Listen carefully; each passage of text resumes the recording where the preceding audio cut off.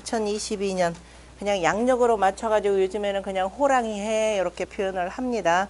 범띠 해 이렇게 표현을 하는데, 자, 정확하게는 음력 설을 기준으로 해서, 그러니까 우리가 1월 며칠인가요? 지금 1월 20 며칠, 30 며칠, 2월 1일이에요. 2월 1일부터 실제적으로는 자, 이민년이 들어갑니다. 그래서 이민년과 관련된 호랑이, 범띠 내용은 지난번에 대략은 설명했지만 다시 한번 정리하고, 그 다음에 대체로 유학경전에서 다루고 있는 호랑이 관련 얘기들을 해드리겠습니다. 그리고 호랑이라는 게 대체 우리에게는 무엇인지라는 것까지 쭉 정리한 게 이 내용입니다.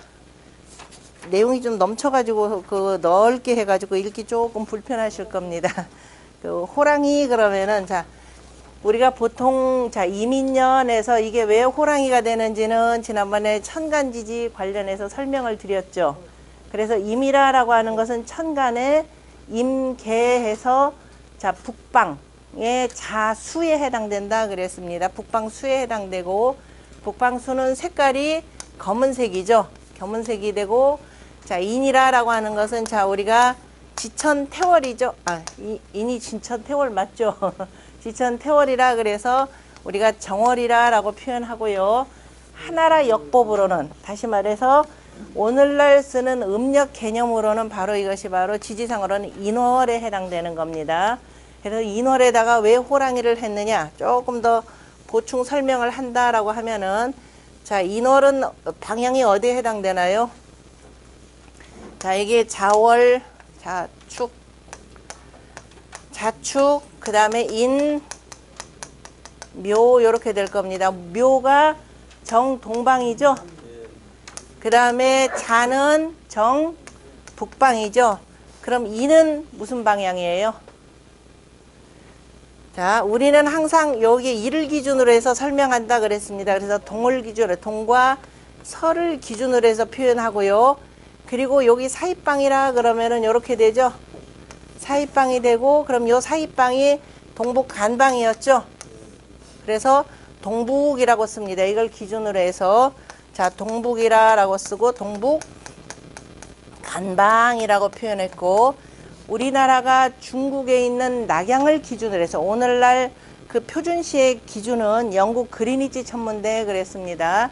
자, 이 당시에 세계의 중심은 자, 우리가 중국이라는 것도 사람들이 인식을 조금 잘못하고 있죠.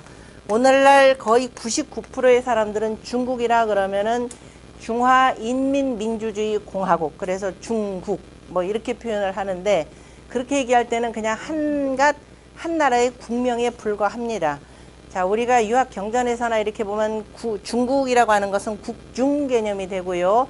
한 중심부에 해당되죠. 다시 말해서 중심부라고 하는 것은 자, 우리가 보통 서양사를 중심으로 공부를 했으니까 옛날에 로마 제국을 기준으로 해서 로마 제국을 중심으로 한 서양 세력, 그 다음에 여기는 이 가운데 있는 뭐예요? 황제국을 중심으로 한 제후국들, 이런 개념의 중국이라 이렇게 표현을 하는 겁니다. 그래서 이때 중국이라고 하는 것은 보통 명사의 개념이고, 오늘날 쓰는 중국 그러면은 고유명사예요. 그래서 요 분별이 있어야 되는데 이걸 분별하지 못하고, 그 다음에 지금 중국 인민민주주의 공화국의 그 중국이라고 하는 것은 이른바해서 한 100여 년 동안 서양 문명의 두루 침탈을 받아서 그동안 고개 숙이고 있었죠. 그러다가 최근에 이제 중국이 일어서면서 이른바 민족주의라는 측면에서 중국을 굉장히 강조를 합니다. 그러다 보니까 황하 문명권의 그 문명사 내지는 그 문화 철학이라고 하는 것들을 그 설명을 하는데 전부 다 우리 중국에, 그죠?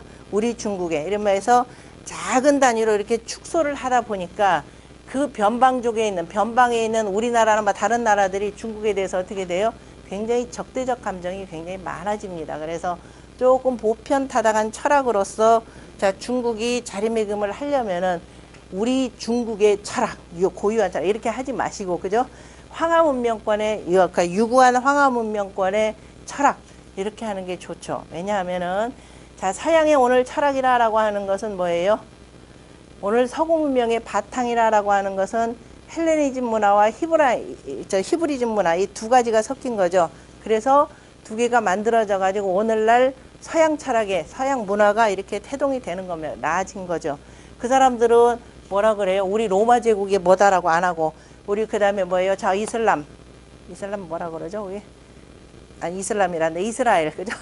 이스라엘 어느 특정 지역을 이렇게 얘네들은 그다지 들지 않습니다. 근데 유별나게 이쪽만은 이상하게 그 어떤 특정 나라나 이걸 중심으로 해서 얘기하다 보니까 그 주변에 있는 나라들이 굉장히 기분 나빠하고 있죠. 그러니까 전 세계를 통치하는 데 있어서 그 두루 바람직하지는 어쨌든 못하더라라는 얘기를 먼저 하고요. 자, 어쨌든 우리를 동북 간방의 나라라고 하는 것은 주나라 때 새로 만드는 도읍지가 낙양입니다. 이 낙양을 오늘날 뭐라고 하는 데죠? 낙양. 서안공양, 중국 가려면은 저쪽에 그저 놀러 가려면 서안공항으로 가야 되죠. 서안 해야 되는데 참 이것도 시안해요. 우리 발음으로 있으면 그냥 우리 발음으로 해주면 좋을 텐데요. 그래서 어쨌든 서안, 낙양을 중심으로 해서 그 이른바 이쪽 그 동북아 내지는 동아시아 이쪽을 두루두루 분류를 한 겁니다. 그러니까 요 낙양을 기준으로 해서 기본적인 방향이라고 보시면 돼요. 우리 기준으로 보면 중국은 어느 쪽이에요? 서쪽이죠. 서북 쪽이죠. 서북쪽 이렇게 돼요. 서북방입니다. 그래서 어쨌든 그 방식으로 해서 쭉 익혀져 가지고 동북 간방이 됩니다. 그럼 인에다가 호랑이를 굳이 붙인 까닭은 뭐예요? 산하고 가깝죠. 산하고 가깝기 때문에 그래서 여기다가 그 다음에 범호라고 붙였고 앞서서도 얘기했었지만 인이라고 하는 것은 뭐예요? 공경하다라는 공경이 하다, 경건하다 뭐 이런 뜻으로 쓰이는 인입니다. 예로부터 호랑이 그러면 호랑이는 사람들이 굉장히 무서워했죠. 영물로 취급을 해요. 호랑이를 영물로 취급한다고 가까이 있다가서 아이고 비나이다 했다가 어떻게 돼요? 에? 잡아먹히죠. 호랑이는 대단히 사납습니다. 그런데 호라고 할 때 우리 범호라고 하지 얘를 호랑이라고 하지 않잖아요. 그죠? 그 호랑이라고 하는 것이 어디서 나왔느냐? 국어사전을 딱 찾아보면 호랑이 그러면 호랑이 이렇게 쓰여 있어요. 그럼 호랑이하고 범하고는 다르죠. 이거는 범이 되고 얘는 뭐예요? 밑에는 일이죠. 일이랑이에요. 범하고 호랑이입니다. 제가 억세게 올해 운이 좋았던 게 우연찮게 이제 강의 끝나고 그 다음 날인가 TV를 딱 틀다 보니까 대호 보셨나요 혹시? 최민식 주연의 대호 일제시기 때 뭐 이런 바에서 우리나라 산에서 제가 뭐 어쨌든 뭐 호랑이 소탕하는 뭐 그 내용이기는 한데 대호 보신 분 한번 손 들어 보세요. 읽고 보시고 나서 느낌이 어떠셨어요? 감격적이었나요? 속된 말로 표현하면 전형적인 국뽕 영화 이렇게 표현되는 겁니다. 호랑이를 굉장히 신비롭게 만들고 신성시하게 만들었죠. 그러면 정말 그러면서 이제 딱 뭐라고 하냐, 호랑이는 조선의 상징이고, 그 얘기는 비슷하게 맞아요. 왜냐하면은 우리나라는 전 산의 몇 프로가, 아니 전 국토의 70%가 산입니다. 그래서 호랑이들이 살기가 참 좋은 데예요. 그래서 호랑이들이 살기가 좋고, 자, 호랑이는 기본적으로 뭐를 주로 먹잇감으로 삼는다 그랬나요? 멧돼지죠. 돼지, 멧돼지. 그래서 호랑이가 거점을 장악한다 그럴 때 뭐예요? 호랑이 호 개념은 뭐냐면 요 위에 있는 거는 정확하게는 호랑이 우리 줄무늬죠. 줄무늬는 검은색입니다. 줄무늬에다가 이거 우뚝할 올 내지는 걸을 인자, 이거는 뭐냐면 호랑이는 워낙 등치도 크고 그 다음에 몸이 정말 비호, 나르는 호랑이라고 해서 뭐 굉장히 빠릅니다. 그래서 호랑이가 먹이 사냥할 때는 어떻게 되느냐 하면은 산에서 두루두루 다니다가 제일 높은 벼랑 위로 갑니다. 제일 높은 벼랑 위에서 쫙 내려다보면 어떤 놈들이 어디서 움직이는지가 전부 다 감지가 되죠. 그 중에서 바로 멧돼지는 쪽으로 주로 공격을 합니다. 호랑이는 멧돼지를 이기죠. 그래서 거점을 장악한다라고 할 때 거자도 뭘 썼느냐면은 우리 공부 다 했습니다. 범호자 밑에 뭐예요? 돼지 시켰었죠. 얘가 그죠? 호랑이가 산 중에 제일 그 다음에 그 큰 동물이 그다음 멧돼지일 겁니다. 그래서 멧돼지를 꽉 잡아 누르는 내용이에요. 그런데 그런데 우리가 범이라 하지 않고 호랑이 하는 것을 왜 그럴까 하고 제가 경전 쫙 찾아봤습니다. 했더니 보통 범만 얘기할 때는 이것만 써요. 이것만 쓰다가 중간중간에 보면 한나라 이전, 그러니까 한나라 때까지의 쫙 문헌들에 보면 대략 한 40 몇 개 정도가 호랑 이 두 가지를 쓰더라고요. 쓸 때는 무슨 뜻으로 썼느냐? 교활하다. 그 다음에 호랑지심, 그죠? 호랑지심에서 대단히 사납고 교활하다라는 뜻으로 이렇게 씁니다. 그죠? 그래서 그렇게 쓰는데 오늘날 교활하다라고 할 땐 꼭 뭐 같다 그래요? 오늘 교활한 놈이라고 표현할 때는 요걸로 시랑 뭐예요? 승냥이 시자죠? 저 승냥이하고 요즘에 여기 조금씩 다른데 다 멸종돼 가지고 우리 보통 이리하고도 늑대하고도 같이 지금 대강 취급을 하는데요. 저 승냥이하고 시랑이라 그러죠. 승냥이하고 이리 같은 놈 이렇게 표현을 합니다.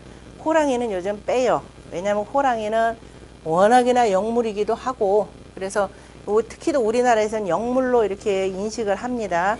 단군 신화에 우리나라 단군 신화에도 호랑이가 나오죠. 호랑이하고 곰하고 그죠? 둘이 같이 이제 사람이 되려고 하다가 이제 곰 부족 호랑이 부족 하는데 끈기 있는 것은 호랑이로 표현하죠. 끈기 있고 그죠? 곰으로 표현되는데 실은 호랑이 못지않은 끈기와 인내와 참을성 있죠. 그 등치가 있는데 뭐가 잘못 알려졌죠, 그죠? 그래서 곰은 좀 미련하다 그러는데 호랑이는 얼마나 끈기가 있느냐. 그 짐승 하나 잡기 위해서 아무리 작은 토끼 하나 잡기 위해서라도 어떻게 돼? 자기 온 힘을 다하죠. 소리도 안 내고 그 다음에 쟤들이 그죠? 그 눈치채지 못할 까지 가만히 끈질기게 기다립니다. 기다렸다가 한꺼번에 탁 덮쳐요. 그래서 근데 범은 어쨌든 우리 곰하고 같이 경쟁을 해가지고 얘는 탈락되는 걸로 되는데 단순히 탈락이 아니죠. 호랑이는 우리의 뭘로 숭상을 받느냐면은 거의 산신령으로 숭상을 받습니다. 호랑이는 인간이 가장 무서워하는 동물이에요. 왜 무서워하느냐? 잡아먹히죠. 조선시대 내내 호안에 시달려요. 호안에 어마어마하게 시달려가지고서는 조선왕조실록에도 가끔 나옵니다. 저 궁수들 풀어가지고 있죠. 호랑이 잡도록 해요. 이 호안의 최고의 극치가 동화로 나타나죠. 동화. 해님과 달님이 된 오누이 이야기 아시나요? 해님과 달님이 된 오누이 이야기. 애들한테 동화책 읽어주죠. 그 무슨 얘기했느냐면은 집안이 가난하니까 여기도 산속에서 삽니다. 나중에 우리 유학경전에 나오는 건 이따 얘기해드리고요. 산속에 사는 그 어머니가 뭔가를 애들 먹고는 살려야 되고 옷도 입혀야 되니까 떡에다가 시장에 팝니다. 가서 팔다가 그것도 제대로 팔리지도 않죠. 남은 떡을 갖고 이제 오다가 그만 어떻게 돼요? 호랑이를 만납니다. 호랑이가 떡 하나만 주면 안 잡아먹지 그러죠. 그렇게 해서 떡 다 줬죠. 갔더니 호랑이가 떡 가지고 호랑이는 떡 먹는 동물 아니잖아요. 걔는 육식 동물이란 말이에요. 그랬더니 뭐라 그랬어요? 팔 하나 주면 안 잡아먹지 그랬어요. 애 보고 싶은 마음에 팔 하나 정말 먹으라고 띄워주죠. 그 다음에 또 하나 주면 안 잡아먹지 하다 결국은 엄마가 다 잡혀서 다 먹죠. 먹고 호랑이가 어떻게 가냐? 그 집을 가요. 그 집을 갔더니 오누이가 있죠. 오누이가 하는데 보니까 지 엄마 잡아먹고 지금 온 놈이란 말이에요. 그래서 너무너무 무서워가지고 기도를 열심히 했죠. 제발 우리를 동아줄을 내려서 우리를 살려주세요. 그때 하늘에서 진짜로 동아줄이 내려왔죠. 그래서 올라가서 됐다 그럽니다. 호랑이도 보니까 올라가는 걸 보고 저놈들 호랑이가 아주 집요합니다. 집요합성을 나타내는데 저한테도 저기 내려주세요. 그랬더니 내려온 게 뭐라 그랬어요? 썩은 동아줄 그랬습니다. 그리고 나서 죽었다. 그러니까 애들은 권선징악 악한 놈은 저렇게 해서 죽는다는데 다시 보셔야 돼요. 호랑이가 어떻게 했던 거예요? 그 가족 애들 다 잡아먹었죠. 어떻게 그 동아줄 타고 하늘에 올라가요? 하늘에 올라가는 건 영혼이 가는 거죠. 다 잡아먹은 거예요. 다 잡아먹고 호랑이는 늙어 죽을 때까지 그저 자기 천수를 다 하고 죽었다. 썩은 동아줄은 뭐예요? 그저 내가 그저 동아줄이 다 썩을 때까지 살았다 이 소리예요. 호랑이는 굉장히 무서운 동물입니다. 그 너무너무 무서우면 사람이 어떤 경향이 있느냐? 너무 무서우면 어떻게 해요? 희화화 시켜요. 너무 무서우면 사람 미쳐버리잖아요. 그죠? 미쳐서 그냥 아무데 그냥 하하 웃고 하듯이 너무 무서우면 희화화 시킵니다. 그래서 뭘로 만들어요? 자, 두 가지 방식입니다. 하나는 아예 산신령으로 모셔요. 그래서 그 아까 여기서 나오는 이 호랑이 이어서 뭐냐, 우리 무당들은 이걸 뭘로 표현하면 산군, 흔히 얘기하는 산중왕이죠. 산중왕으로 모십니다.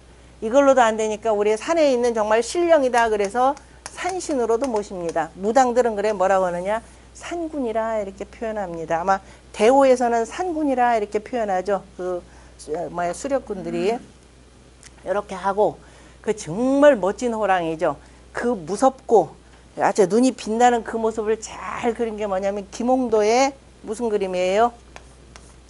김홍도가 그린 송하 맹호도가 있을 겁니다. 이거 대단히 멋진 그림이죠. 맹호도, 송하 맹호도. 요거 그림 하나 구할 수 있으면 구해가지고 한번 붙여 놔 보세요.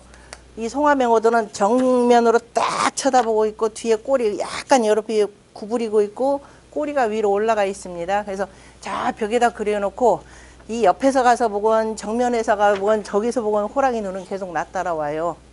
그 정도는 무시무시하게 그린 게 바로 김홍도가 그리는 송하 맹호도가 되고, 이거는 호랑이의 용감하고 날래고 무섭고 한 것들을 전부 다가 응집시켜서 담아놓은 게 바로 이 그림입니다.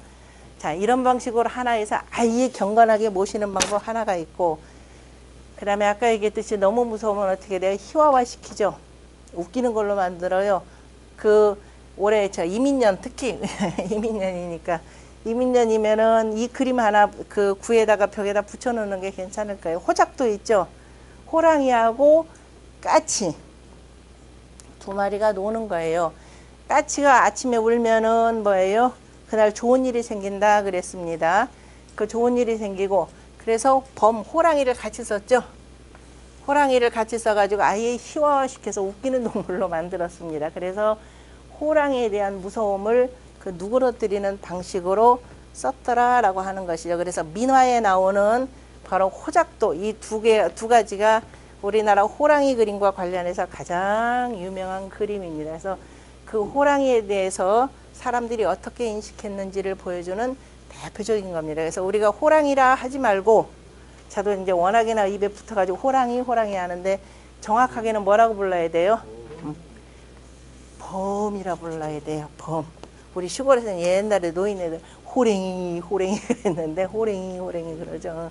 우리 범이라고 표현하는 것이 가장 정확하고요. 그래서 그 인월에다가 범을 붙인 것은 어쨌든 사람들이 두려워하고 무서워하는 존재이기도 하고, 그 다음에 또 인월 그러면 우리 이제 공부한 걸로 표현하면은 양이 이렇게 밑에 있죠. 하늘이 원래 저 높으면서도 밝게 빛나는데 가장 우러러서 봐야 될 하늘인데 그 양이 뭐예요? 밑으로 들어왔죠. 그래서 스스로가 그 높고 밝은 덕을 갖추고 있음에도 낮춘다라는 의미에서, 그래서 호랑이를 굉장히 높이 숭상을 하면서도 친근하게 표현하는 방식 중에 하나를 그래서 여기다 갖다 붙인 내용이기도 합니다. 자, 인이라라고 할 때 제가 공경한다라는 뜻으로 쓰이는 몇 가지 얘기를 했었는데, 그때는 보통 인빈출일, 그 다음에 인전,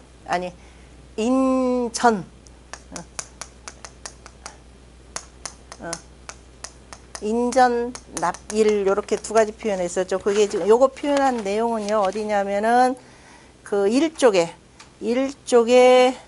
있는 내용이에요. 일쪽에 아랫문단에 있는 내용인데요. 그 요전편에 나오는 내용이고, 그러니까 요 임금이 책력을 완성을 시키고 동서남북, 그러니까 춘분점, 추분점, 하지점, 동지점에 뭐예요?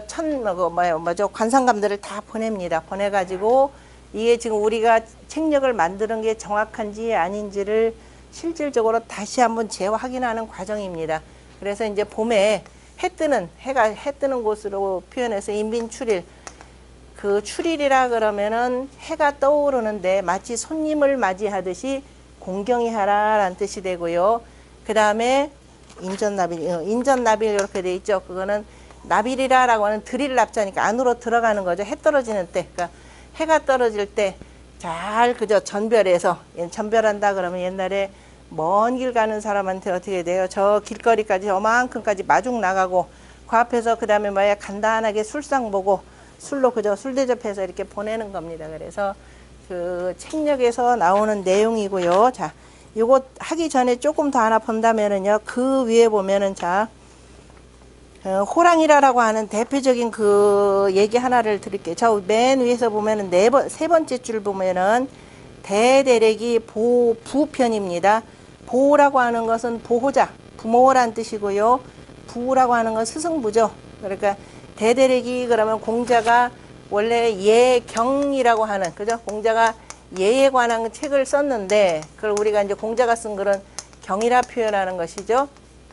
근데 워낙 내용이 방대하니까 대성과 대덕 두 분 형제가 책을 좀 좀 간략히 했습니다. 그래서 그 하나가 그 대대리기가 되고요. 그 다음에 오늘날 우리가 얘기하는 예기라고 하는 것은 그 조카가 이렇게 쓴 것이 바로 예기입니다. 그래서 대대리기 보부편에 보면은요. 봉황생이 유인이지의요. 그 다음에 호랑 이렇게 붙여요. 호랑생이 유 탐여지 심이라 이렇게 표현했죠. 봉황은 태어나면서부터 인의의 마음, 인의의 뜻을 두고 그 다음에 호랑이는 뭐예요? 저 범과 이리 같은 놈들, 그러니까 아주 저기 사나운 동물들이죠. 호랑이가 원래 다 없어지면은 그 다음에 날뛰는 게 바로 이리라고 그러죠. 대호의 그거 표현 잘 돼 있더라고요. 그래서 호랑이가 그죠? 범과 이리는 그죠? 태어나면서부터 탐녀의 마음을 두었더라. 이거 가만히 보면은 둘은 철저하게 다 육식동물이더라 라고 하는 걸 볼 수가 있습니다. 그래서 탐녀라고 하는 것은 뭐예요? 사납고 그 다음에 탐욕스럽고 사나운 마음을 두었다 해서 이제 우리가 오늘날 조금 동물학적으로 보면 아 이건 육식동물의 범위라서 이러는구나 라고 해서 이제 여기서 이제 계속 이런 말들이 회자되면서 보통들 범위라 하지 않고 아마 호랑이 같이 붙여서 쓴 듯 합니다. 그리고 또 호랑이는 아까 저 거의 신령스러운 걸로 표현하기도 하지만 사람들은 항상 호랑이를 좋아한다 그러면 좋아하는 이유가 딱 하나 있을 겁니다. 분명히 아무리 사납고 하더라도 뭔가 우리한테 도움을 줘야 돼요. 도움을. 신령스럽다고 해서 빈다고 해서 우리가 산에서 빈다고 해서 호랑이가 나 안 잡아먹을 것도 아니고 배고프면 나 잡아먹을 것인데 호랑이는 다행히도 뭘 잡아먹냐 아까 멧돼지 잡아먹는다 그랬죠. 가장 우선적인 그 먹을거리가 멧돼지입니다. 그럼 멧돼지는 또 어떤 동물이냐? 요즘에 산에 사냥 못하게 하니까 제일 호랑이는 이미 산에서 사라진 지 오래되니까 그 다음을 장악하고 있는 게 멧돼지죠. 근데 멧돼지는 우리나라 지금 산에 먹을 게 별로 없어요. 산도 워낙 노년기 지형이라서 그렇게 깊숙한 산도 아니다 보니까 멧돼지가 먹을 게 없으니까 자꾸 농가로 내려옵니다. 다 파먹죠. 그 산 밑에서 농사 짓는 분들 맨날 들으면 지으려고 했더니 저기가 멧돼지가 나와서 다 파먹었다 이 소리 참들 많이 하십니다.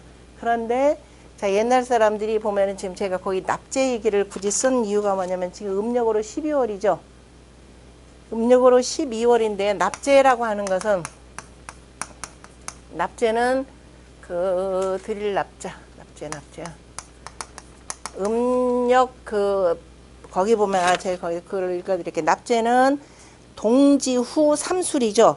동지를 지나서 세 번째 술일에 납제 백신이라. 그래서 백신 모든 그다음 우리가 평소에 지내지 않던 모든 신들에게 제사를 지내는 것을 납제라고 합니다. 그것을 하왈 가평이요. 여름이라고 하면 안 되죠. 하나라 때에는 그래서 이 납제사를 가평이라 했고 두루두루 다 평온하게 아름답고 평온하게 했다 이 소리가 되죠. 다 이제 마침내 그 제사를 다 지내니까 그 다음에 은나라에서는 청사라 했고 주나라 때에는 대사라 이렇게도 표현했고 한나라 때에는 납제라 표현을 했습니다. 후대는 이거 두루두루 같이 이제 다 쓰이게 되겠죠. 그래서 납제라고 했는데 그 밑에 납제의 대상은요 몇 가지냐면은 8종류입니다. 그 참고 대용이 나왔죠.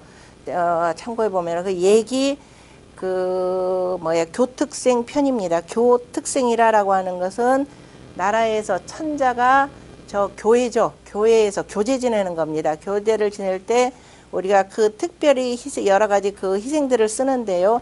어쨌든 교제에 그 제사를 지내는데 그때 누구냐면은 자 천자가 사제를 지냅니다. 음력 12월 아까 뭐라 그랬어요?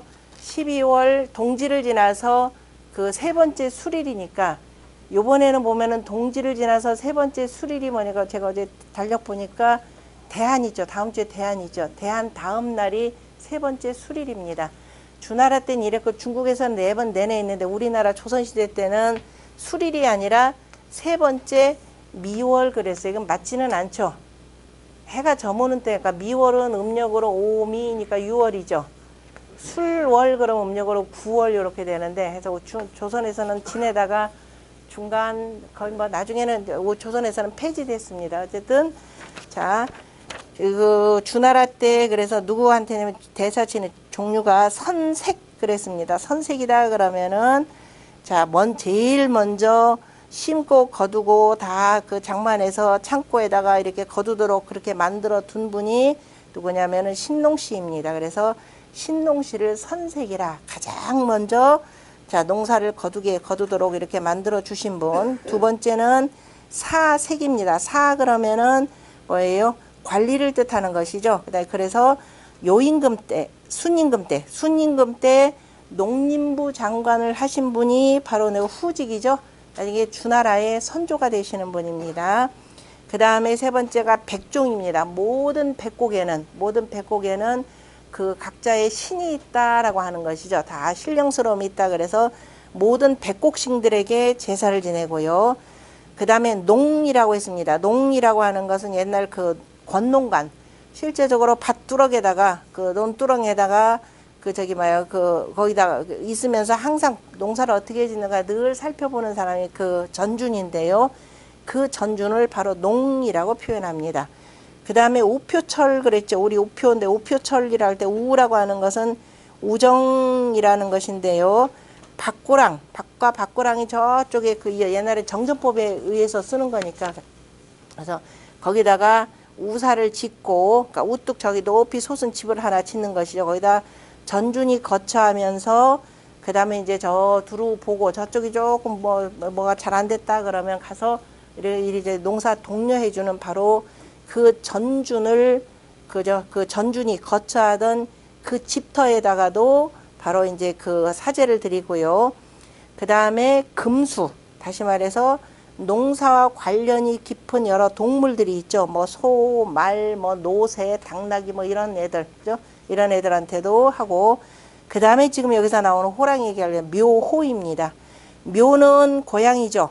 고양이는 우리 농작물 갉아먹는 뭐예요? 쥐를 잡아먹죠. 그래서 야 고양이 니 덕분에 우리가 이렇게 풍년을 맞이할 수 있었구나 이렇게도 하는 것이고 그 다음에 또 호랑이는 아주 그 사나운 멧돼지를 잡아먹기 때문에 야 네가 멧돼지를 잡아줘서 우리가 야 농사를 이렇게 그죠 풍년을 풍작을 거둘 수 있었구나 해가지고 이런 그 호랑이하고 고양이한테도 해주고요. 그 다음에 거기 보면 이거 있을 건 방수용이라고 있는데 방이라고 하는 제방이죠. 수용이라고 하는 것은 뭐예요? 국어 그래서 우리가 뭐라고 하죠? 그 이렇게 그 개천 있고 이렇게 쌓는 걸 뭐라고 제방이라고 그러나요? 그냥 제방 말고 제방은 두 가지 다 합친 것이고 그 뭐라고 그러죠? 그거 뚝뚝뚝이라고 그러죠. 그래서 묽고 말고 또 논뚝 말고 조금 더 보는 그냥 물 가둔 것이고 하여튼 뚝뚝 도랑뚝 네 도랑뚝 그래서 애들이 이제 물막이도 잘 해주고 해가지고 그래서 그 제방하고 도랑뚝 여기에다가도 그 다음에 그 고맙다라고 해가지고 왜냐면 모든 곳에 다 신이 깃든다 해서 이렇게 해서 납제를 지냅니다. 근데 어쨌든 참고 삼아서 요번에는 대한 다음 날이라 이렇게 보시면 돼요. 그러니까 세 번째 수일 그럼 집에 가서 달력 그 챙기셨나요? 시골에는 다 음력 달력이죠. 간지 있는 거. 그래서 동짓날 찾아가지고 거기서부터 세 번째 수를 한번 쭉 찾아보세요. 그러면 이번엔 대한 그때입니다. 그래서 옛날에는 요때 납제를 지냈구나. 농사 짓는 분들은 뭐 지금 뭐 납제체 뭐 개인이 할 수도 없지만 다만 이날 아 그래도 내가 농사 짓는 데는 오늘날 뭐 호랑이는 만나볼래야 만나볼 수 없지만 요새는 전부 다 기계농이죠. 기계농이라서 뭐 의미는 없겠지만 그래도 한번 내가 이 농사 짓기까지는 그냥 단순한 내 노력만이 아니구나. 다 뭐예요? 천지자연이 두루두루 같이 힘을 합해줘야 된다라고 하는 것 한번 생각해 보시면 됩니다. 자, 그렇게 보고 그 다음에 이제 인과 관련해서 인 가운데에서도 공경이 한다라는 뜻으로 쓰인 것은 지금 제가 거의 이건 서경에 거의 나옵니다. 다른 데 잘 안 나오고요. 서경에 나오는 내용들입니다. 그 중에 쭉 가다 보면은 아까 이제 인빈출일, 그 다음에 인전나빌 요게 있고, 그 다음에 그 순임금이 백을 질종으로, 그러니까 이런 말에서 오늘날 표현하면 예부죠. 오늘날로 표현하자면은 오늘날로 얘기하기도 어렵겠다. 참 옛날에 예부에 해당되는데 예부의 그 장관을 임명을 시키면서 유인 직제라고 이렇게 표현하죠. 오직 공경하고 곧게 하여야 이렇게 표현한 뜻이고, 그 다음에 고요가 우가 이제 순임금을 대신해서 섭정을 맡을 때 우가 고요가 이런저런 그 충언을 하죠. 그때 동인협공이라고 표현하는데요. 함께 그죠? 함께 다 같이 공경이 그 다음에 합하고 공경하여서 네, 동인협공이고 더 중요한 말이 그 옆에 있습니다. 화충이죠. 화충이라는 말. 요거는 별도로 오늘날 중국 공산당이 중국이 지금 그 변방족들이 굉장히 많죠. 그리고 잘못하면은 내부 단속에 실패할 가능성이 큽니다. 그래서 중국 공산당이 가장 그 새 뭐 무슨 대회 할 때마다 내세우는 것 중에 하나가 화충공제 그래요. 마음속 깊이 서로가 모두를 같이 제발 화합해서 함께 이 건너자, 함께 나가자라는 의미에서 여기서 나온 그 내용입니다. 서경에서 나온 내용을 인용해서 쓰는 것이고요. 그 다음에 이제 주서에 나오는 내용들이죠. 주서에 보면은 옛날에 은나라는 그 다음에 엄공인의했다라고 되어 있죠. 엄공인의하면 엄숙하고 공순히 하여서, 그죠? 공순히 하며 공경하고 두려워하였다라는 뜻으로도 쓰고, 그 다음에 다방편이라 주서에 보면 다방편은 기본적으로 은나라를 멸망시킨 거잖아요. 그래서 은나라 유민들을 또 이쪽 저쪽으로 다 뿌립니다. 그래서 각 지역에, 그리고 은나라가 한 500년을 다스리다 보니까 두루두루 관리들이 훈련이 잘 돼 있잖아요. 그래서 각 지역 제후국마다 은나라의 관리들을 많이 파견을 합니다. 그래서 각 지역에서 쭉 온 은나라 관리들, 왜 잘못했다가 니가 또 뭐예요, 반란 일으킬까 두려워서 이제 그 불러가지고 그 여러 가지 당부, 뭐 협박 겸 당부 겸 하는 그 내용 중에 나오는 겁니다. 그래서 인영우사 이렇게 표현했는데요. 항상 공순히 그 다음에 그 제사할 것을 생각하라 이렇게 표현했는데, 왜냐면 은나라 항상 망하는 나라의 그 마지막 단계는, 물론 요즘에 아마 기독교 문명, 서구 문명이 많이 들어와서 개인 제사들은 지내지 않는데, 어쨌든 늘 제사 지내던 지역에서 제사를 안 지낸다 그러면 아 이게 망조구나 이렇게 보는 것이죠. 그래서 그런 내용이 있다라는 것하고, 그 다음에 주서 어디에요? 주간편이죠. 주간편에 보면은 그건 하나 읽어드릴게요. 소사, 소부, 소보. 우리가 태사, 태부 뭐예요? 태보가 있죠. 그보다 한 단계 아래 단계의 그 왕자들을 가리키는 선생들입니다. 이거를 뭐냐면 삼고라 그랬습니다. 우리 선생을 고라 그런다 그랬죠. 고신. 왜냐면은 그 선생은 뭐예요? 밑에 내가 거느리는 신하가 없잖아요. 오늘 내가 지금 거기 지금 다른 뭐죠? 내가 너무 아파가지고 갈 수가 없으니까 네가 가서 가르쳐라. 가능해요? 불가하단 말이에요. 선생은 대체가 안 돼요. 대체로 더군다나 이 왕실에서 그다음 임금이나 왕자를 가리키는 선생 이게 대체가 안 되기 때문에 그 밑에 신하가 없습니다. 스스로 혼자 다 그래서 고신이라라고 하는 겁니다. 이 공홍화하여 그래서 공다음, 그러니까 이 벼슬은 자 신하는 없지만은 공다음 가는 벼슬입니다. 그래서 두루두루 교화를 넓혀서 일량천지하여 그 다음에 천지를 두루두루 천지의 이치를 잘 공경하여서 그 이치를 나한테 밝혀서 필여 일인 하나니라. 그래 반드시 그러니까 필하면 보필이죠. 나를 나 한 사람 그러니까 군주를 잘 보필하라 라는 뜻으로 쓸 때 근데 어쨌든 인이라는 말이 이렇게 쓰였더라. 이제 인은 그냥 범이라 하시면 안 돼요. 얘는 공경할 인자입니다. 인월이 되고 여기다가 대신에 여기 밑에 산 위에 있으니까 그래서 여기 동북 간방이 산이죠. 산 위쪽에 있는 인이라 그래서 기본적으로 뭐다 범이라라고 해서 붙인 내용입니다. 그까지를 기존에 설명에 빠졌는데 그까지를 같이 곁들여서 보시면 되고요. 그 다음에 이제 뒤에 페이지에는 논어에 나오는 내용인데요. 논어에 요거 하나 원래 이건 시에서 나오는 내용을 인용해서 쓴 내용이기도 합니다. 이거 잘 아시는 내용이죠. 자로할 자행 삼군즉 수여이까라고 했습니다. 자로가 선생님한테 그래서 선생님께서 삼군을 행하신다면 삼군을 행한다라는 게 무슨 뜻이라 그랬죠? 선생님께서 뭐가 되신다면 제후가 되신다면 우리가 주역 공부하시는데 이거는 기본적으로 주역에는 모든 뭐가 들어가 있다? 옛날에 그 제도가 이 속에서 다 나오는 겁니다. 요 세 개를 다 만드는 건 누가? 육룡이죠. 여선용이 되고 요 전체를 다 통솔하는 게 누구예요? 천자죠. 그래서 천자의 수레를 끄는 말은 몇 개?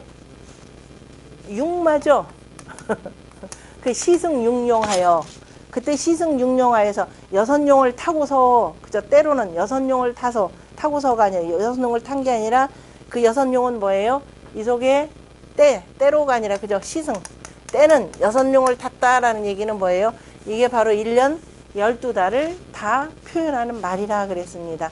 그걸 또 다시 해서 그래서 천자의 말은 수레는 몇 자? 6마리 이렇게 그 어거하는 것이고 대부나 제후는요. 홀수는 할 수가 없으니까 뚝 떼어서 여기까지죠. 대부 제후는 여기가 천자가 되니까 5번째 자리가 그죠? 여기 자리는 조정 대신 여기 자리는 대부잖아. 제후잖아요. 그죠? 그러니까 나머지 대부나 여기까지는 뭐냐면 몇 마리냐면 4마리죠. 그죠? 4마리 말을 뭐라고 한다고요? 4마리 끄는 수레를 승이라 한다 그랬잖아요. 그죠? 우리 전부 다 지금은 뭐예요? 다 대부급이에요. 대부 제후급입니다. 왜? 여기 오시는 분들 대부분 뭐 타고 오셔요? 바퀴 4개 달린 자동차 타고 오잖아요. 그죠? 바퀴 4개, 바퀴 하나하나가 전부 다 뭐냐? 말이라는 거예요. 기죽을 필요 하나도 없습니다. 옛날 제후들이 먹는 것보다 지금 더 잘 먹죠? 예천이 산골짜기에서 뭐 먹어요? 저 횟감 떠다가 먹잖아요. 그죠? 옛날 임금 못해요. 그거. 요새는 자동차 문화가 워낙 발달되니까 이게 뭐 빠른 도구들이 많으니까 자 그래서 보시면 이제 딱 그러면 이제 3군이다. 그 대신에 이제 군대는 자 군은 최고가 있죠. 그래서 이 천자는 하나, 둘, 셋, 넷, 다섯, 6개 다 하죠. 그래서 천자는 몇 군? 우리 육군의 육군, 뭐 해군 뭐 이거 아니라 육군이죠. 숫자 우리 군대 숫자 쭉 표현했습니다. 제후는 요 자리죠. 세 번째. 그래서 제후는 몇 군? 3군. 그래서 행삼군이라는 건 뭐예요? 선생님께서 만약에 제후가 되신다면 이거죠. 제후가 되신다면 그 다음에 이 군대를 누구한테 맡기겠습니까? 하는 거였죠. 그래서 3군을 행하신다면 제후가 되신다면 수여이까 누구와 더불겠습니까? 그럼 군대는 누구한테 맡기겠습니까? 그랬더니 자로는 대단히 용감하죠. 그랬더니 자활 폭코빙하여 사이무예자를 오 불려하니 필야 임사이 구하여 호모이 성자야라 그랬습니다. 폭코빙하 이때 호랑이라고 하는 것은 뭐냐? 사나운 호랑이죠. 사나운 호랑이란 뜻도 있는데 호랑이를 그 사나운 호랑이를 더 난폭하게 대한다. 그러니까 호랑이를 일단 맨손으로 때려잡을 폭자가 됩니다. 그러니까 폭코빙하 호랑이를 맨손으로 때려잡고 그 다음 빙하 걸어 건널 빙자죠. 하수를 맨발로 걸어서 그죠? 걸어서 우리가 이거 여기 빙자는 실은 뭘 건너는 거냐면은 말 타고 건너는 거죠. 말 타고 건너려면 언제 건너요? 물이 얼었을 때죠. 그죠? 그러니까 이제 이것을 이제 좀 넓혀가지고 걸어 건널 빙자고 걸어 건너는 거는 우리 주역에 줄줄이 나오죠. 이섭대천, 불이섭대천에서 섭이죠. 이거는 걸어 건너는 것이고, 어떻게 건널까 하고 생각하는 것은 도죠. 물의 길이에 따라서, 그죠? 배를 띄워서 할까 뭘 할까, 이건 도입니다. 우리는 요겁니다. 걸어서 건넌다 라고 하는 것이죠. 막 무조건 치달려 가지고서 뭐 하는 게 아니라 잘 건너서 서로 간에 뭐 그제 뭐 그 보호하는데, 어쨌든 직접 몸으로 부딪혀서 한번 그 어려운 상황, 이 대천이니까요, 험한 것을 직접 겪어야 한다라는 그 뜻이 훨씬 더 강합니다. 그래서 자, 포코 호랑이를 맨손으로 때려잡고, 하수를 이게 이제 걸어 건너더라도, 뭐 말을 타고 건너더라도, 하수물이 별로 얼을 일은 없으니까, 워낙 물이 많으니까요. 그래서 건너더라도, 그러다가 어떻게 돼요? 호랑이한테 물려 죽을 것이고 물에 빠져 죽을 것입니다. 그렇게 죽더라도 무해자, 도대체가 그렇게 무모한 짓을 한 것을 후회하지 않는 자를 나는 함께하지 아니할 것이니, 반드시 나는 누구를 할 것이다? 임사. 이거는 자루를 가리키기 위한 말씀이기도 합니다. 야, 우리 지택님께 지난번에 공부했었죠, 임사.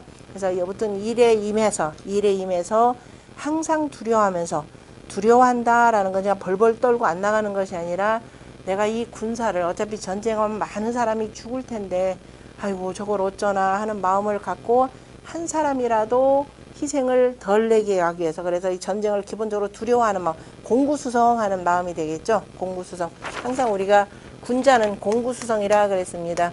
항상 무서워하고 무모하게 하지 말고 두려워하면서, 그 다음에 어떻게 돼요? 뭐 자기 몸을 닦아서, 공구수 성자, 무슨 성자죠? 공구수성, 닦아라. 아, 이루어야 된다. 맞나요? 닦아서, 이거 갑자기 이상하다. 공구수성해야 되는 그 자세입니다. 그래서 항상 일에 임하여서 두려워하면서, 그 다음에 반드시 뭐 해야 돼? 호모이 성자여라 그랬죠. 도모하기를 좋아한다. 일에 앞서서 반드시 뭐에 도모한다라는 겁니다. 그냥 꾀한다라는 것이 우리가 꼭 나쁜 것이 모략 아닙니다. 항상 일에 대해서 철두철미하게 뭐예요? 대책을 세워야 됩니다. 그래서 우리 손자병법에서 지난번에 봤었죠. 모공편이 있었습니다. 모공편에 뭐라고 됐어요? 모공편. 항상 도모하고 난 뒤에 그 다음에 공격하라 그랬죠. 그럴 때 그래서 잘 도모하면 백전, 뭐죠? 그 지피지기면 뭐라 그랬어요? 또 아니, 지피지기면 나도 알고 잘한 상대방도 똑같을 텐데 나만 이기면 저건 맨날 팽팽 진다고요? 그럴 땐 서로 간에 잘 알면 서로 그땐 전쟁 안 하는 거죠. 지피지기면 뭐예요? 백전이라도 불태요. 백전이라도 100번을 싸우더라도 위태롭지는 않고, 그 다음에 부지피지기면 상대방은 모르고 내 전력만 이렇게 해서 으스으스 되는 자들은 어떻게 된다? 백전 아니죠. 어떻게 돼요? 반은 이기고 반은 지고, 일부 1승, 그죠? 일부 1승. 한 번은 지고 한 번은 이기고 일부 1승. 그 다음에 부지피 부지기, 너도 모르고 나도 모르고 하면 어떻게 돼요? 백전백패, 백전필패니라. 반드시 백전백패죠. 반드시 다친다, 이렇게 표현을 했습니다. 그래서 항상 그래, 공자가 여기서 강조하는 바로 요 내용을 받들어서 어떻게 돼요? 손자병법 쓸 때 바로 이 내용대로 들어가는 거죠. 항상 도모하기를 좋아하고, 그리고 반드시 우리가 목적하는 바 어떻게 돼요? 이루어야 되죠. 도모하는 건 엄청나게 이러고 맨날 팽팽팽팽 지고 하면 안 된다, 이 얘기입니다. 그래서 군자 항상 바로 이게 공구수성 살필성자가 되죠. 요성자 보니까 생각나네요. 공구수성하라. 살필성자. 공구수성하는 거. 그 다음에 이제 실은 오늘 얘기해 주려고 하는 게 바로 이 내용입니다. 요즘 정치하고도 관계가 되고요. 얘기 단궁 하편입니다. 이거 굳이 설명 이거 안 써준 이유는 그냥 요거 문장 간단하기 때문에 자꾸 문장 익히라는 의미에서 일부러 해석 안 해놨어요. 자, 공자, 이거 얘기 단궁 하편입니다. 하편에 나온 공자 과 태산 측한데, 공자께서 이제 철안주의를 하면서 어느 날 태산 옆을 이렇게 지나가시는데, 유 부인, 어떤 부인이, 유자 있으면 대체로 어떤이라고 해석해도 되고, 뭐 굳이 해석 안 하셔도 됩니다. 어떤 부인이 있어. 근데 어떤 부인이 곡했다. 어디에서? 묘자, 무덤에서. 어떤 부인이 무덤에서 곡을 하는데, 애러라. 그 울음소리가 너무나 슬프더라. 라는 거죠. 그래서 부자 시기 청지하여 부자께서 얘들아 이제 말 멈추고 시기라라고 하는 것은 수레에 보면은 수레 앞턱이죠. 수레 앞턱에 손 요렇게 잡을 수 있는 곳이 있습니다. 그래서 얘들아 이제 말 멈추고 수레 멈추고 수레 앞턱을 가만히 잡고 가만히 들으셨죠. 그래서 듣더니 너무 이게 소리가 슬프니까 자공문지한 이러니 자공으로 하여금 야 가서 물어봐라. 그죠? 가서 물어봐라 라고 사자공 문지러니 왈인지 자공이 가서 물어보는 내용입니다. 자지공야에 당신이 지금 그걸 하시는데 일사 중유우자라 그랬습니다. 그래서 한결같이 지금 계속 들어봤더니 매우 그죠? 매우 근심이 있는 것 같구나. 근심이 있는 것 같습니다. 그랬더니 이왈연하라 그랬죠. 그랬더니 말하기를 그렇다. 그죠? 그렇다. 그렇습니다. 그렇소이다. 그랬죠. 왜 그 이유를 연고까지 이제 쭉 얘기합니다. 석자에 5, 9, 4, 호하니 옛적에 우리 시아버지가 그죠? 우리 시아버지가 저 범에게 물려서 죽었고 그 다음에 오부사언하고 내 남편 또한 죽었고 그죠? 내 남편 또한 호랑이한테 그죠? 잡혀 먹혔고 금오자 우사언이라 바로 지금 조금 전에 그죠? 얼마 전에 바로 내 아들도 또한 잡혀 먹었느니라 먹였기 때문에 내가 지금 이렇게 슬프게 안 울 수가 있느냐 그런 거죠. 그랬더니 아마 공자가 이 얘기를 쭉 듣다가 공자가 직접 이번에 나서신 것 같습니다. 그때 부자왈 선생님께서 말씀하시기를 왈 하위 불거야오 그랬죠. 그렇다면은 어찌해서 떠나지 않는 거 그랬죠. 아니 세상에 호랑이한테 그래 그 시아버지부터 집안 애들 다 잡혀 먹혔는데 당연히 떠나가야 되는데 왜 안 떠나가느냐 같은 이 말이 기가 막힙니다. 왈 지금 이곳은 뭐 어떻다는 소리예요? 무가정이라. 무가정. 가정이 없다 그랬습니다. 가정 뭐라고 해석해요? 가혹한 정치가 뭐예요? 가혹한 정치가 이게 어디가 가혹한 게 있어요? 자 지금 가혹한 정치 가렴주고 할 때 그 가짜 써요. 제가 물어보는 거 이게 어디가 가혹해요? 가혹하면 호랑이가 나오든가 뭐가 나와야 되는데 칼이라도 나오든가 활이라도 나와야 되는데 정치가 가혹하다라는 거. 정치가 가혹하다. 뭐가 가혹해요? 가혹한 게? 세금만이라고 하는데 근데 간데? 자 보세요. 가혹한 정치가 어떤 건지 정말 제가 이 글자 보면서 가짜는 가을가죠. 가히 풀이라 할 만하다 그래요. 풀도 조금씩 같은 풀들 많잖아요. 그죠? 아유 저걸 풀이라고. 그지? 풀은 이만큼 자라야 풀 같잖아요. 그죠? 그래 아주 작은 풀들 얘기하는 거예요. 작은 풀. 그러니까 그래 허신 같은 경우는 소초라 그랬습니다. 땅으로 짓밟아도 괜찮을 것들. 그죠? 이런 자들. 그죠? 이런 그냥 자질구 정치가 도대체 요즘에 저 선거운동 하는 거 보세요. 역대 최악의 선거라들 다 얘기하죠. 뭔 놈의 대통령 후보들이 나와가지고 자질구레하게 탈모 얘기를 하지를 않나. 그죠? 그럼 대단히 하다고 얘기를 해요.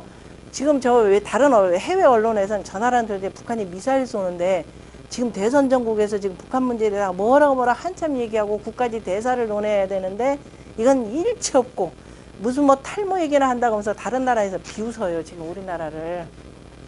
그죠? 이거 황당한 얘기. 그죠? 그 다음에 또 무슨 내가 오늘 한쪽만 얘기하는 것 같아서 좀 미안해요. 다른 쪽 똑같아요. 똑같은데 그 다음에 또 뭐라고 해서 수능이 시험 문제가 어렵다. 다음에 절대로 저런 거 안 내도록 하라. 그거 알아서 정책당국 다른 당국이 하는데 대통령이 진짜 큰일 안 하고 자질구레 아니래. 그럼 그 일을 다 하려면 청와대 인력이 얼마나 많아야 돼요? 그 다음에 공무원을 얼마나 많이 늘려야 돼요? 바로 이겁니다. 자, 자질구레한 정치라는 게 뭐냐면은 일일이 시비 다 하죠. 자, 보세요. 자, 마스크 문제가 지금 굉장히 요새 지금 심각한 문제로 백신하고 요새 처음에 그 학부모 단체 학부모들이면 요즘에는 학부모들이요. 저 정치인들보다 똘똘한 부모들 많잖아요. 그죠? 그래서 우리 애들 도서관을 가야 되는데 우리 애 특이 체질이고 괜히 또 우리 아들 귀한 아들 지금 자식들도 하나밖에 없어요. 그런데 백신 맞아가지고 만약에 사고라도 나요. 맞출 거예요? 안 맞출 거예요? 불안하단 말이에요. 안 맞춰요. 그런데 백신을 안 맞췄더니 이제는 뭐 그 봐준다고 하더니만 이제 뭐 도서관도 못 가게 하죠. 어디 못 가게, 학교는 가고. 요새는 학교는 안 가도 되지만 어디를 가야 돼요? 학원을 가야 돼요. 그죠? 이거 못 간다는 거 아니에요. 그러니까 열받아가지고 다들 집단을 해가지고 딱 행정소송 걸었죠. 이겼죠? 이겼습니다. 그랬더니 또 문제, 그 과정을 보면 재밌어요. 바로 그 부분이거든요. 자, 무슨 문제가 되느냐? 지금 우리가 노태우 정권부터 시작해서 지금까지, 그죠? 노태우 정권 때 최고로 공무원 숫자 떨어졌다가 공무원 숫자가 좀 최고로 올랐죠. 공무원 숫자 많으면 공무원 뭐 해야 돼요? 예? 놀다녀. 대미너무 봐야죠. 그거 놀고는 안 돼요. 놀면 잘려요. 대미너무 봐야 돼요. 숫자가 많으면 가서 일일이 다 시비해요. 귀찮게. 옛날에 하여튼 시비하는 거 많잖아요. 반상회도 하라, 뭐에 뭐 나와라, 어디 교육동안. 되게 귀찮잖아요. 그죠? 되게 귀찮아요. 그 다음에 그러다가 안 나간다. 너네 마스크 안 쓴다. 쓰라 그랬는데 안 써. 일일이 시비해요. 쫓아다니면서. 안 써. 그럼 뭐예요? 벌금 물려요. 내가 세금 내고 있는데 별도의 또 돈을 내요. 그래서 자질구레하게 별것 다 시비하는 정치. 그러다 보니까 백성들 괴롭혀요. 괴롭히는 게 결국 나중에 돈으로 그 다음에 감옥으로 이렇게 가는 거죠. 그게 가혹한 정치예요. 이게 그냥 가혹해서 뭐 그냥 총칼 들이대고 야 그거 불운문서야 이거 정도 아닙니다. 그건 아예 무당 권력이라 표현하지만 이건 뭐냐면은 별 거지 같은 거 다 시비하더라. 아니 내가 사람 없는데 마스크 안 썼는데 산에 가다가 사람 없어서 당연히 벗어야죠. 그죠? 맑은 공기 쐬러 가는데 어쩌다 공무원 맞으면 마스크 쓰세요 그래요. 갑자기 열이 팍 오르는데 같이 싸울 수도 없잖아요. 그죠? 바로 이겁니다. 그래서 가혹한 정치라는 것이 아니라 진짜 자질구레해서 백성들 국민들 피곤하게 하는 정치. 일일이 와서 시비하고 너 왜 마스크 턱스크 했느냐 코스크 했느냐 요거까지도 시비하고 이 정치입니다. 그래서 그게 이제 나중에 쌓이고 그 가혹한 정치가 되는 거죠. 그래서 그 일일이 와서 내한테 시비하는 정치가 없더라. 이거 실은 진나라 때 이후로 어떻게 진나라 같은 경우 그랬죠. 한 집안에 장정한 아들하고 아비하고 한 집안에 같이 못 있게 했죠. 따로 냅니다. 따로 가야 세대별로 세금 내고 뭐 이것저것 부려먹기 좋거든요. 심지어 내가 어떻게 사는 것까지를 국가가 시비를 해요. 요런 정체가 되더라. 요즘 얼마나 시비합니까? 아파트 값도 잡는다고 하더니 뭐예요? 집값은 요만큼 올려놔서 우리 같은 사람 쳐다도 못 보게 만드는 거. 그게 가혹한 정치라. 그래서 여기에는 그런 가혹한 정치가 없습니다. 일일이 와서 시비하고 오늘 너 나가서 일해야 되는데 당신은 말이야 왜 안 해부터 시작을 해가지고 안 하더라. 그랬더니 선생님이 크게 깨달으시고 제자들을 보고 부자왈 소자 식자라 제자들아 소자들아 알아두어라. 잘 명심하거라. 가정은 뭐라고 했어요? 맹어호연이라. 저 가혹한 정치, 그죠? 저 쫌스러운 정치들, 지금 쫌스러운 정치 하는 겁니다. 저희 굉장히 나중에 피곤해지는데 이 가정은 그래서 호랑이보다도 더 사납다 이렇게 표현하신 겁니다. 여기는 그 호랑이에 대해서 굳이 영물이라 표현한 거 없습니다. 호랑이는 사납고 무섭다라고 주로 표현했죠. 그 다음에 앞에서 논어 수리편에서 그 인용됐던 시에 나오는 내용이죠. 포코빙하를 불감포코와 불감빙하를 인지기일이요. 이거 보니까 그 포코빙하 여기서 나온 거죠. 다시 말해서 사람들이 그저 감히 범을 맨손으로 때려잡지 못하고 불감빙하, 감히 하수를 걸어서 건너지 못하는 것을 이건 사람들이 이 한 가지는 알더라. 인지기일이요. 한 가지는 아는데 막지기타라. 그 나머지는 다른 것은 알지 못하더라. 그죠? 이것만 알 줄 알지 못하더라.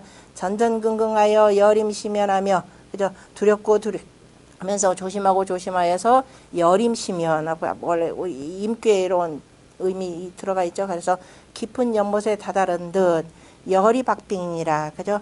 그 얇은 얼음을 밟은 듯 늘 조심하고 조심하라 라고 한 표현 내용이 있고 그래서 이것도 인용 많이 되죠. 뒤에 전전긍긍 여림시면 열이 박빙은 누구냐면은 그 증자도 인용을 하면서 마지막 돌아가실 때 이 내용을 인용을 해서 자, 내 몸이 그저 전혀 다치지 않았다. 이래서 비로소 효의 시작이라 라고 할 때도 이거 인용한 내용입니다. 그 다음에 힘세다라는 뜻으로 쓸 때는 유력여호, 그 다음 문제가 나왔죠. 간의 편에. 간이라고 할 때는 간단하다가 아니라 그냥 건들건들하다고 하는 의태어로 쓰인 내용입니다. 그래서 유력여호, 힘이 마치 호랑이와 같다 이렇게 표현한 힘센 걸 표현했고, 그 다음에 소와 하초부랑, 그죠? 어느 풀인들 누리지지 아니하리요 라고 하는 것. 그 시에 보면은 비시비호언을 내가 우리가 그죠? 뭐예요? 뿔소도 아니고 호랑이도 아니거늘. 그러니까 광야를 달리는 짐승으로 이제 호랑이를 들었죠. 그냥 솔피 광야라. 그죠? 저 광야를 달리는가.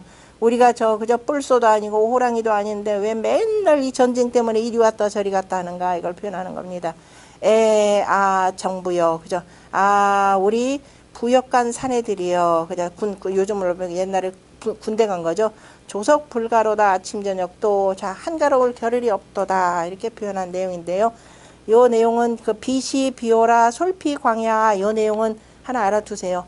공자가 철안주의를 하시면서 도대체가 이 돌을 펴려고 두루 돌아다니는데 이 돌을 펴겠다는 놈들은 제대로 만나지를 못했죠. 그래서 그때 스스로 탄식하면서 하신 말이 이 말씀입니다. 비시 비오아 그죠?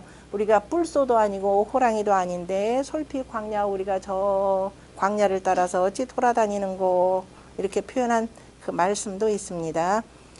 그 다음에 대하 상무편에 보면은요 아주 그 용감한 그죠? 용감한 신하들을 바로 이제 호신이라고 표현했고요. 호신이라고 표현했고, 그 다음에 시의 반수는 임금의 학궁이죠.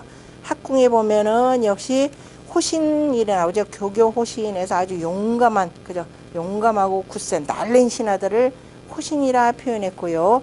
그 밑에 보면 주서 입정편에 보면 호분이라라는 게 하나 있을 겁니다. 호분. 우리 호분이라고 할 때 분자는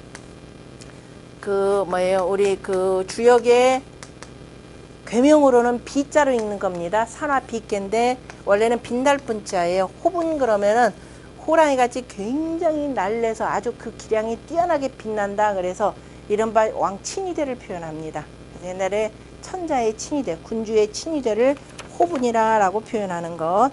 그 다음에 군화편에 보면은 이 내용도 굉장히 유명한 문장이죠. 심지우의 마음의 근심과 위태로움이 약도 호미하여 마치 호랑이 꼬리를 밟는 것 같으며 그죠? 밟으며 그 다음에 서부 춘빙호라 그래서 마치 봄에 이제 물 풀릴 때죠. 얼음 풀릴 때 봄의 얼음을 건너는 것과 같도다 해서 호미 춘빙 해가지고 굉장히 네 글자로 해서 호미 춘빙 해서 그저 위태롭고 위태로움을 표현한 말입니다. 여기까지 하고 잠깐 쉬었다가 그 주역고에 나오는 내용하고 그 다음에 간지로 보는 올해 국은 집에서 이거 한번 해보셨어요? 대통령 후보 내지는 올해 어떻게 될 것인지 해서 주역 궤 좀 뽑아보라 그랬는데 뽑아보신 분?